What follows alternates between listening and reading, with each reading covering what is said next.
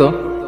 এবং উট হচ্ছে এমন প্রাণী যেটা একসাথে 1 মাস না খেয়ে বেঁচে থাকতে পারে।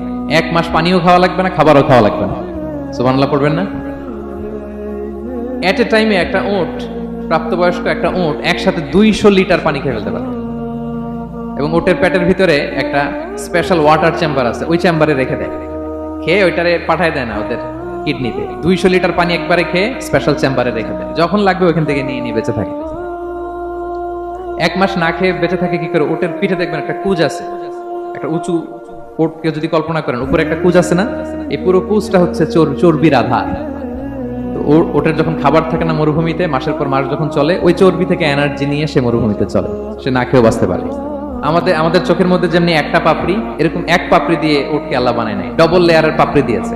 কারণ মরুভূমির মধ্যে চলতে পথে লু হাওয়া থাকবে, মরুভূমির সাইমুম, বালুর ঝড়, এই ঝড় মোকাবেলার জন্য লু হাওয়া মোকাবেলা